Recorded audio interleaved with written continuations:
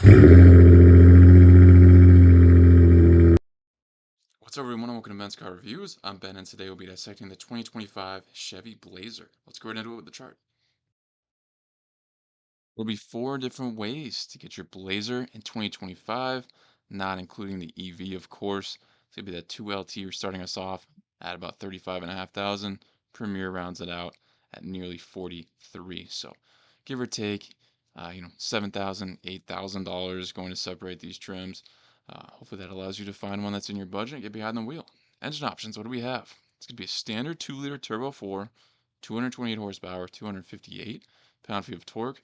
The RS has a 3.6-liter V6, 308 horsepower, 270 pound-feet of torque on that. That is available on all but the 2LT. Paired with a 9-speed auto, no matter which you get, front-wheel drive is the standard drivetrain. All-wheel drive is an option on all as well, though.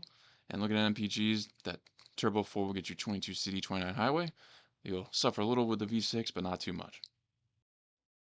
Real quick, guys, your Ben's Car Reviews. There's no fluff. We keep it under 10 minutes. If that's something that's intriguing to you, like this content as you watch, please like and subscribe, and I'll keep growing the channel. Let's keep going. It's no secret that Americans love their SUVs. They come in all different sizes, designs. When it comes to this Blazer, I think it aesthetically might fall into the shadows of some of the other heavy hitters, like, say, the Telluride, its competitor. However, this is still a great option for a family that needs a reasonable vehicle without having to sell a limb to get it. Let's see what you're getting for the money. Light feature designs are definitely sharp. They're powered by standard LEDs for the headlights, taillights, and daytime running lights.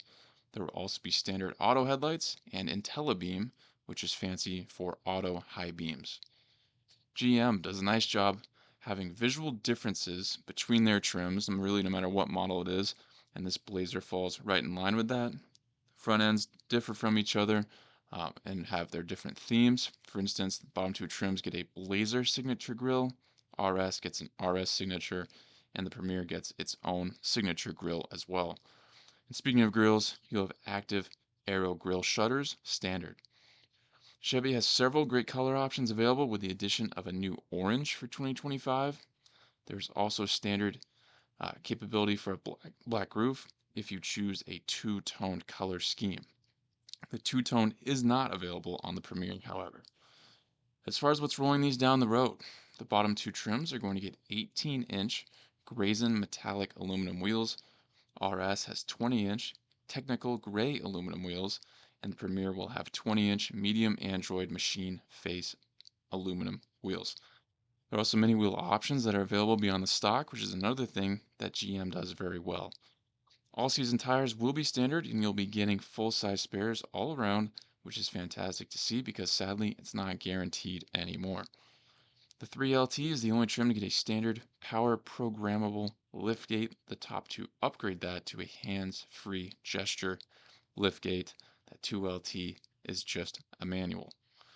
3LT and RS will have black side rails. The Premier has standard silver roof-mounted side rails. Body color door handles will be standard. Premier has that as well, but adds in chrome accents. Side mirrors will be body colored standard, which I always think looks the best. Speaking of mirrors, there are standard heated power side mirrors, and if you opt above the 2LT, you'll also get them auto dimming and with integrated turn signals. All trims have the option for a checkered flag design lower body side decal, which I would seriously consider if you're prone to dusting people from the stoplight. There are a couple appearance packages that gets you some goodies and extra flair available, so be sure to check those out, especially if you're optioning new. The Blazer will measure in at 191.8 inches long, 76.7 inches wide, 67 inches tall, have 7.5 inches of ground clearance, and weigh at most 4,079 pounds on the RS. Definitely bigger than I thought this was. The important warranty info, it'll be a 5-year, 60,000 mile powertrain warranty, 3-year, 36,000 mile bumper to bumper warranty. And in terms of choosing a best bang for your buck, I think it'll be kind of a two-part answer. With all-wheel drive being a nearly $3,000 add-on, I think it'll be the 2LT if you want all-wheel drive. If you're cool with front-wheel drive, I think the 3LT will be the winner, and the benefit of that 3LT is that V6 option. Regardless, thankfully Chevy optioned these out pretty well, and we'll get into the interior now so you can see what you'll be getting inside. I think Chevy pulled off an attractive interior design here. There's quite a bit of flash to be had, some colors. It's easy to put out another cookie cutter design with interiors these days. I think adding color and some small details is a great way to separate. Let's see what you get for the money. Standard infotainment will be a Chevy Infotainment 3 Plus system with a 10.2-inch diagonal HD color touchscreen that's standard across the board. One of my favorite things to see on any model.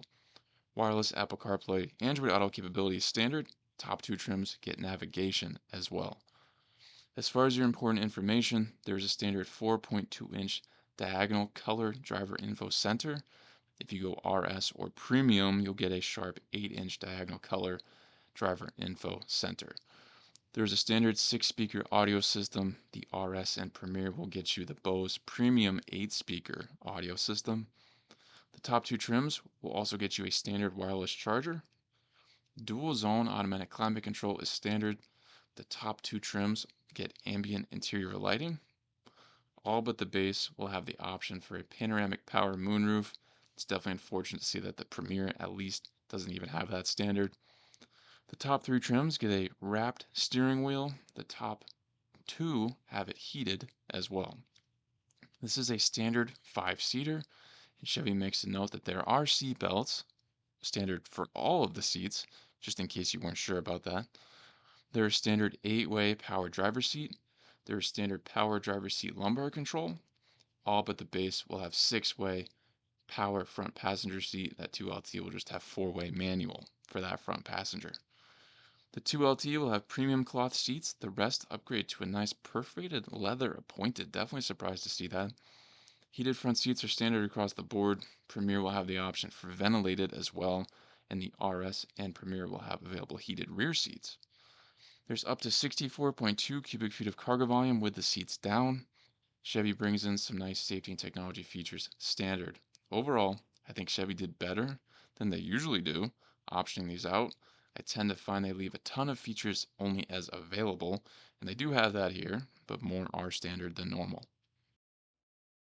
Interview guys, if you're in the market for a mid-size SUV heading into 2025, you're checking out this Blazer. I think this is a great place to start. As I mentioned at the start of the video, I think this one kind of falls into the shadows a bit compared to the likes of the Telluride, maybe a Highlander, things along those lines, Mazda product. And I'll attach some videos at the end of this that directly compete here, so you can cross compare those charts, key features, see if they're offering any more for the money than what you're liking seeing here. But certainly, this Blazer is a great product.